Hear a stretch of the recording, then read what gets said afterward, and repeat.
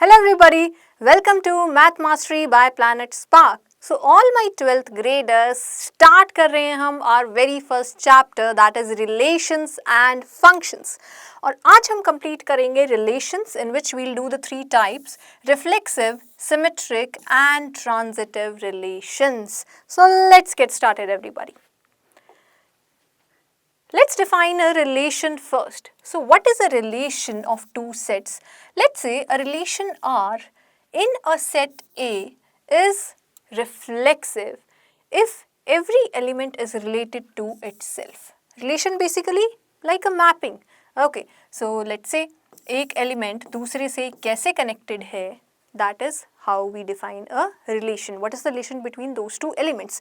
किसी एक set पे हम define करते हैं वो, let's say we have a set A in which we have a few elements. तो ये दो elements या ये दो elements in a certain way we can connect to each other. तो क्या मिलेंगे हमें? Ordered pairs. How A is related to B, how B is related to C. Right? So this relation that we can define algebraically, mathematically, that is known as a relation. अब इसी relation के types हैं reflexive, symmetric and transitive. किसी भी relation को हम reflexive कब बोलेंगे? जब एक set में every element is related to itself. मतलब इन ordered pairs में क्या आएगा कि A खुद से related है, so A is related to A. B खुद से related है, B is related to B. C खुद से related है, C is related to C. So let's say set की हम बात कर रहे हैं in which we have three elements A, B and C.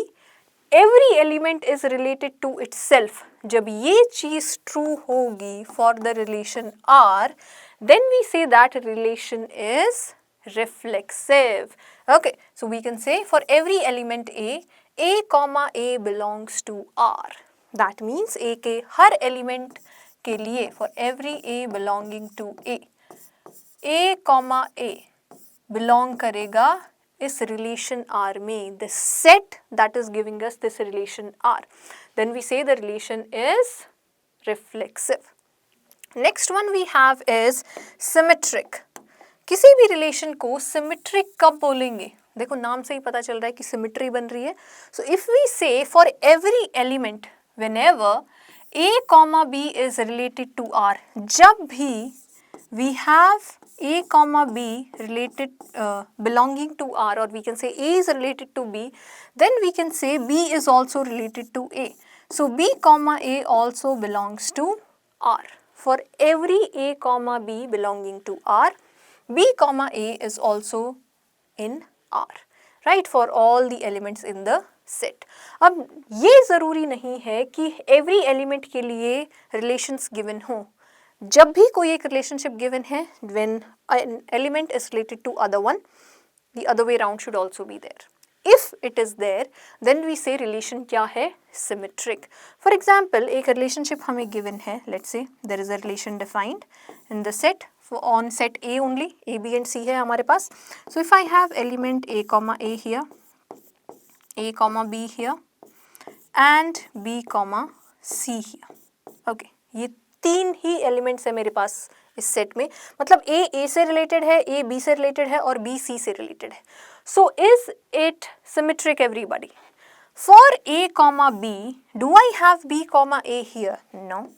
For B comma C, do I have C comma B here or C is related to B here? No.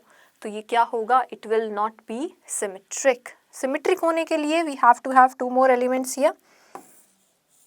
What are the two elements? For A comma B, there should be a B comma A. For B comma C, there should be a C comma B. Now we can check for all of them. अगर A से related है, so for A, right? For these A, B, B, C, C, they will always be symmetric. Then for A comma B, we have B comma A. For B comma C, we have C comma B. Now it is symmetric. Okay. Next one we have transitive. Transitive कब होगा एक relation R?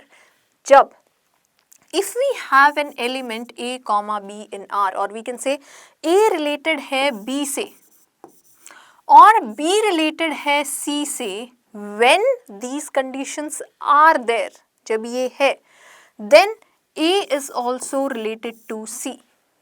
then we say it is transitive. Just like we used to have transitive property in algebra, right? Same way, A related है B से, B related है C से, so if A is also related to C, then we can say it is transitive. अब यहाँ पे given condition समझो.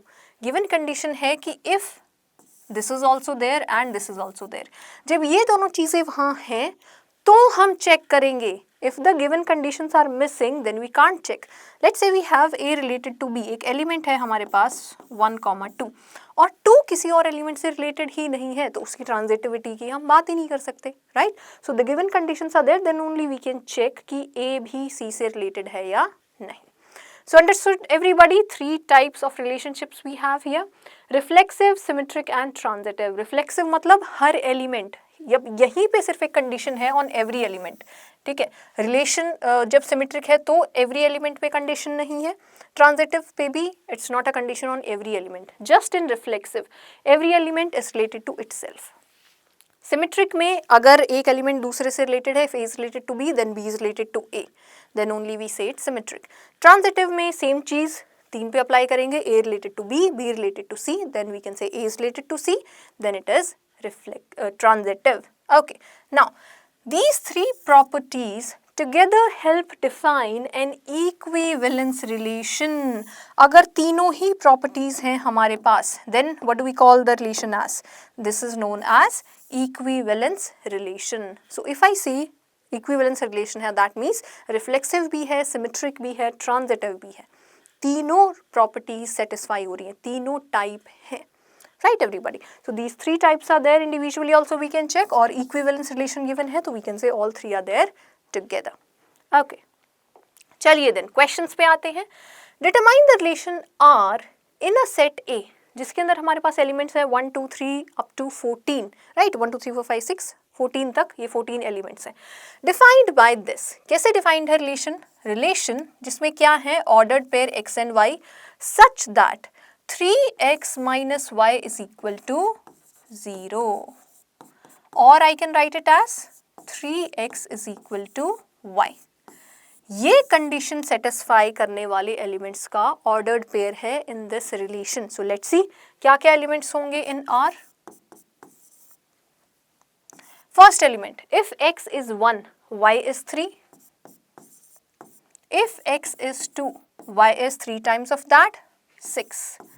If x is 3, y is 9. If x is 4, y is 12. If x is 5, 5 times 3, 15. क्या 15 है हमारे set में? No. तो इसके बाद no other values can be there. तो हमारे रिलेशन में just these are the elements. अब हम चेक करेंगे ये रिफ्लेक्सिव है, सिमेट्रिक है, ट्रांजिटिव है या नहीं. Okay, on this set A.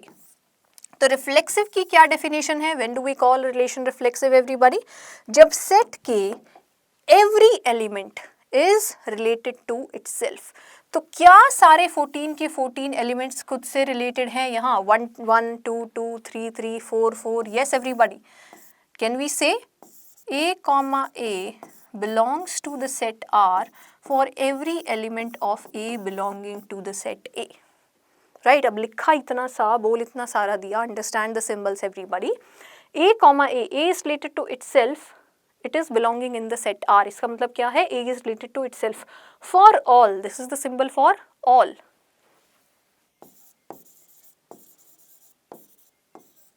For all elements A belonging in the set A. Her set A के एलिमेंट के लिए अगर ये चीज़ ट्रू है, देन वी से इट इज रिफ्लेक्सिव. तो क्या ये है? नो. 1, 1, 2, 2, 3, 3 ऐसा कोई एलिमेंट नहीं है यहाँ. So it is not reflexive.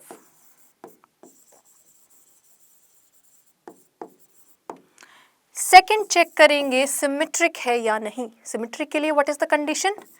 If I have A, B in R, अगर A B से रिलेटेड है, देन B A से रिलेटेड होना चाहिए, then B, A should also belong to R.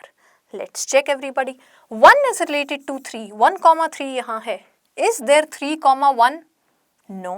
2, 6 है. Is there 6, 2? No. 3 is related to 9. Is 9 related to 3?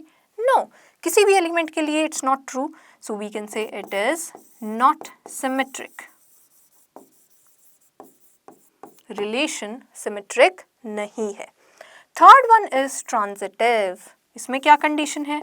If I have A related to B and B related to C belonging to R, then both of the things are belonging to R, then A is also related to C or A comma C belongs to R. तो पहले तो given condition हमें ढूंढनी होगी if that is there in the relation, if not नहीं बोल सकते कि ट्रांजिटिव नहीं है। Okay, so let's say I have 1 related to 3, then 3 का रिलेशन है किसी अदर एलिमेंट से। Let's see, yes 3 is related to 9, so 1 is related to 3, 3 is related to 9, so can I say 1 is also related to 9? Do I have 1,9 in my relation?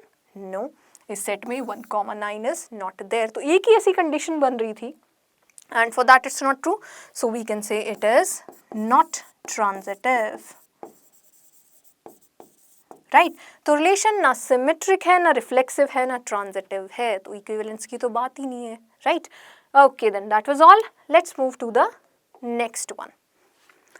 चलिए, check whether the relation R defined on this set जिसमें हमारे पास elements हैं 1 2 3 4 5 6 as are such that a comma b is b is equal to a plus 1। इस condition को satisfy करने वाले elements है हमारे पास। We have to check reflexive, symmetric and transitive. चलिए बात करेंगे सेट R की कि इसमें क्या क्या एलिमेंट्स होंगे, कैसे डिफाइन होंगे। We know b is equal to a plus 1। a की वैल्यूज पुट करते जाएंगे from the set and will get the values of b। So सबसे पहले we have the element if a is 1, b क्या होगा 2। If a is 2, b is 2 plus 1 3। If a is 3, b is 4, a is 4, b is 5, a is 5, then b is 6. a can be 6 also, पर जब a 6 होगा b हो जाएगा 7. Is 7 here? No, मतलब ये ordered pair नहीं आ सकता. We have to stop here. So these are the elements in the set R. We can say 1 is related to 2, 2 to 3, 3 to 4, 4 to 5 and 5 to 6. अब check करेंगे all the relations. First of all, reflexive. Reflexive के लिए क्या check करेंगे? a comma a belongs to R for all a belonging to the set A. Let's say this is set A. क्या हर element खुद से related है? 1, 1, 2, 2, 3, 3, 4, 4 ये elements हैं हमारे पास? No, so it is not reflexive.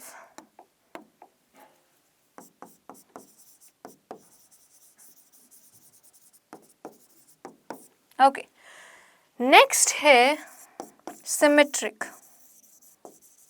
Symmetric कब होगा? फॉर एवरी, और we can say if we have a comma b belonging to R, then b comma a also belongs to R. तो चलिए चेक करते हैं ordered pair. 1 is related to 2. Do I see 2 related to 1 here? Can I say अगर 2 हम यहाँ पे put करेंगे तो b will give me 1? No, 2 is not related to 1. 2 is related to 3. Can I say 3 is related to 2? No, 3 is related to 4. तो एक भी pair के लिए अगर this is not true, then we say it's not reflexive. So we can say here not reflexive. Okay. Next one we have transitive. Transitivity के लिए if conditions first of all. If we have a comma b and b comma c belonging to R, then a comma c should also belong to R. A related है B से, B related है C से, so A भी related होगा C से. Let's see. Okay, 1 is related to 2, then 2 is related to 3. So can I say 1 is also related to 3? Do I see a pair 1, 3 here? No, not true. 2 is related to 3, 3 is related to 4. Can I say 2 is also related to 4? 2, 4. Do we have that ordered pair? No. That means it is not reflexive also. तो ना reflexive है, ना symmetric है, ना transitive है, not transitive. Okay, चलिए next one. Show that the relation R on the set of reals in R, that means set of reals पे हम डिफाइन कर रहे हैं। Defined as a comma b such that condition क्या है? a is less than equal to b। A या तो less than होगा इक्वल या फिर इक्वल होगा बी के. Is reflexive and transitive but not symmetric. Basically check करनी है तीनों चीजें, so let's check that. So first of all reflexive. अब यहाँ पे we don't have the values given exactly because एक इन्फाइनाइट सेट है, राइट. सो सारी रिलेशंस अगर हम लिखने बैठे so will not be able to write it. तो जनरल ट्राई करेंगे, ओके, जनरल कंडीशंस प्रूव करेंगे.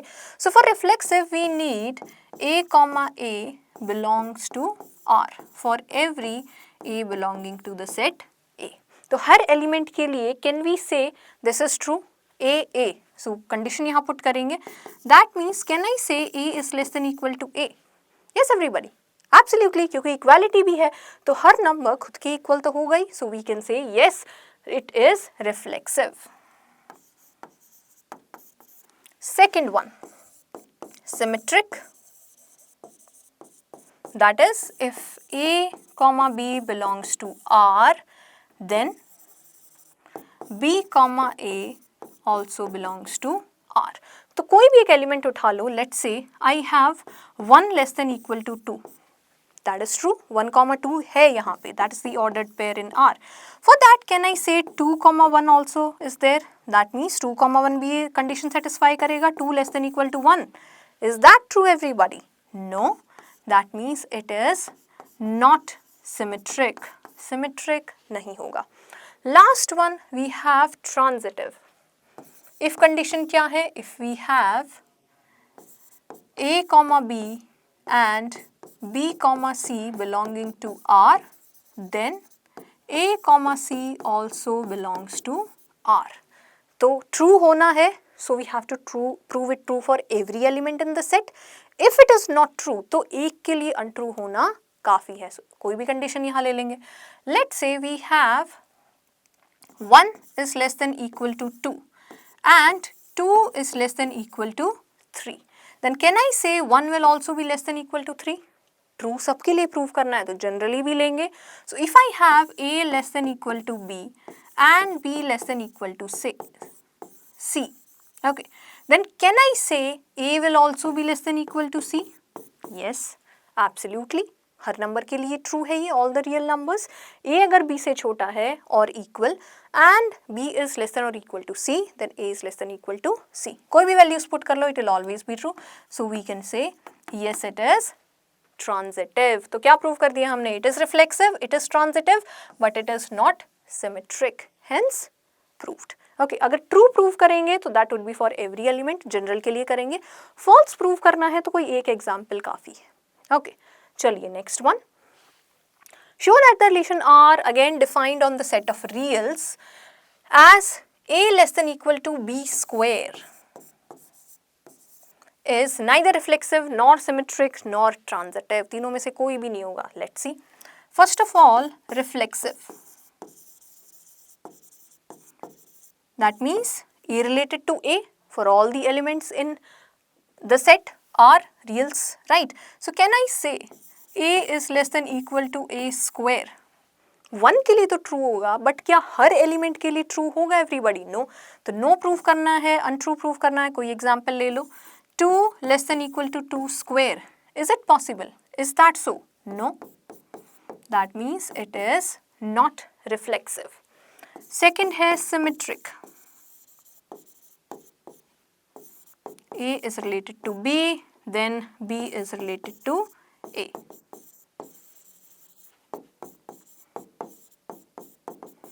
तो A और B अगर हम ले रहे हैं जनरल तो क्या कंडीशन है? A is less than equal to B square. So can I say that means B is less than equal to A square?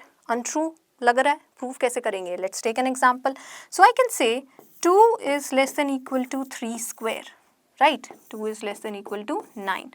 So can I say, or we can take for this one it will be true 3 is less than equal to 4 square. Let's take any other value. इसके लिए better है fractional values ले लो. Okay, I can say we have 1/4 less than equal to 1/2 whole square. Right, equality आ जाएगी. 1/2 square is 1/4, 1/4 equal to 1/4. That is true. So ordered pair है 1/4, 1/2. Condition reverse करो, 1/2 square 1/2 is less than equal to 1/4 square. So can I say 1/2 is less than equal to 1/16? No, that is not true, right? So एक example लेके हमने untrue prove कर दिया, so we can say this is also not true. This is not symmetric. Obviously reflexive भी नहीं होगा, right? दो के लिए condition नहीं prove हो रही, third के लिए भी hardly it will be there. So let's see. If I have a b, that is a less than equal to b square, b less than equal to c square. So can I say for every real a will be less than equal to c square?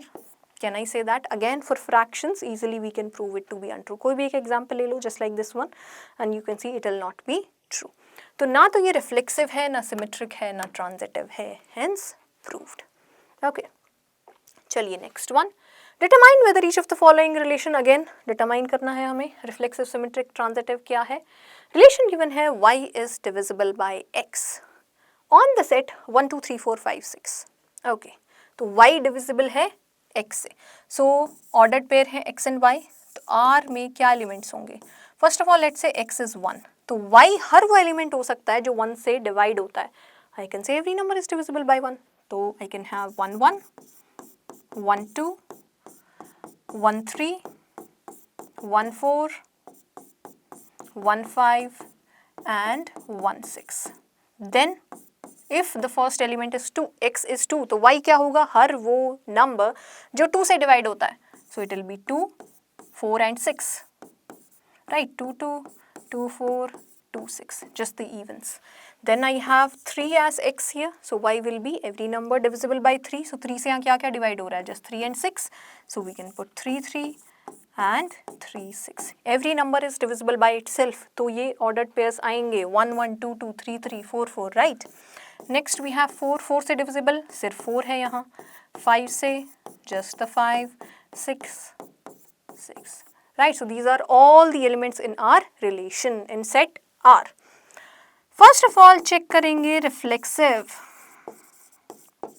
Reflexive है, do I see 1 1 2 2 3 3 4 4 5 6 for all the element? A comma A is there? Yes. So I can say A comma A belongs to R for all A belonging to the set A. So yes, it is reflexive. चलिए, second one है symmetric. For that check करेंगे if A is related to B then B is related to A. कोई भी element उठा लो, let's say 1 comma 4. So 1 comma 4 is related, 1 is related to 4. Can I say 4 is related to 1? Do we have any such element? No. Right? If I say 4 is divisible by 1, can I say 1 is divisible by 4? No. Definition से भी अगर हम जाएं, so it is not symmetric. एक example काफ़ी है. Next one is transitive. So A is related to B, B is related to C, that means A is related to C. Okay, होगा ये? Logically सोचो. A is related to B, that means B is divisible by A. Then C is divisible by B. Can I say C will also be divisible by A? Yes. Try करते हैं with an example. So we have to search for such pairs. Let's say we take 1 comma 2, right? Then I take 2 comma 4. Okay, 1 is related to 2, 2 is related to 4. So can I say 1 is also related to 4? Yes. कोई और pair उठा लेते हैं. Let's say I have 2 comma 4. 2 is related to 4. 4 is related to 4. So 2 is related to 4. True. Another one we can take 1 is related to 5. 5 is related to 5. So 1 is related to 5. True. Logically भी सही है. यहाँ भी check करें तो then that is also correct. Right? Logically सोचो. If I have A, B, B, C and A, C. B is divisible by A. B का एक फैक्टर है A, B फैक्टर है C का, तो B के सारे फैक्टर भी तो C के फैक्टर होंगे, तो A will also be a factor of C, so we can say C is also divisible by A, right? That will be true, so we can say that is true. So is it transitive? Yes. So it is reflexive, it is transitive, but not symmetric. अगर तीनों हो जाते तो हम बोलते equivalence relation is there, but it's not the case. Okay, चलिए जी. So that was all everybody. Let's quickly summarize what we have learnt here. Relation की हमने बात की. How two elements of a set are related to each other. Different types हैं इसके. First one is reflexive, then symmetric, then transitive. Reflexive मतलब हर element खुद से related है. Symmetric अगर A B से related है तो B A से related है.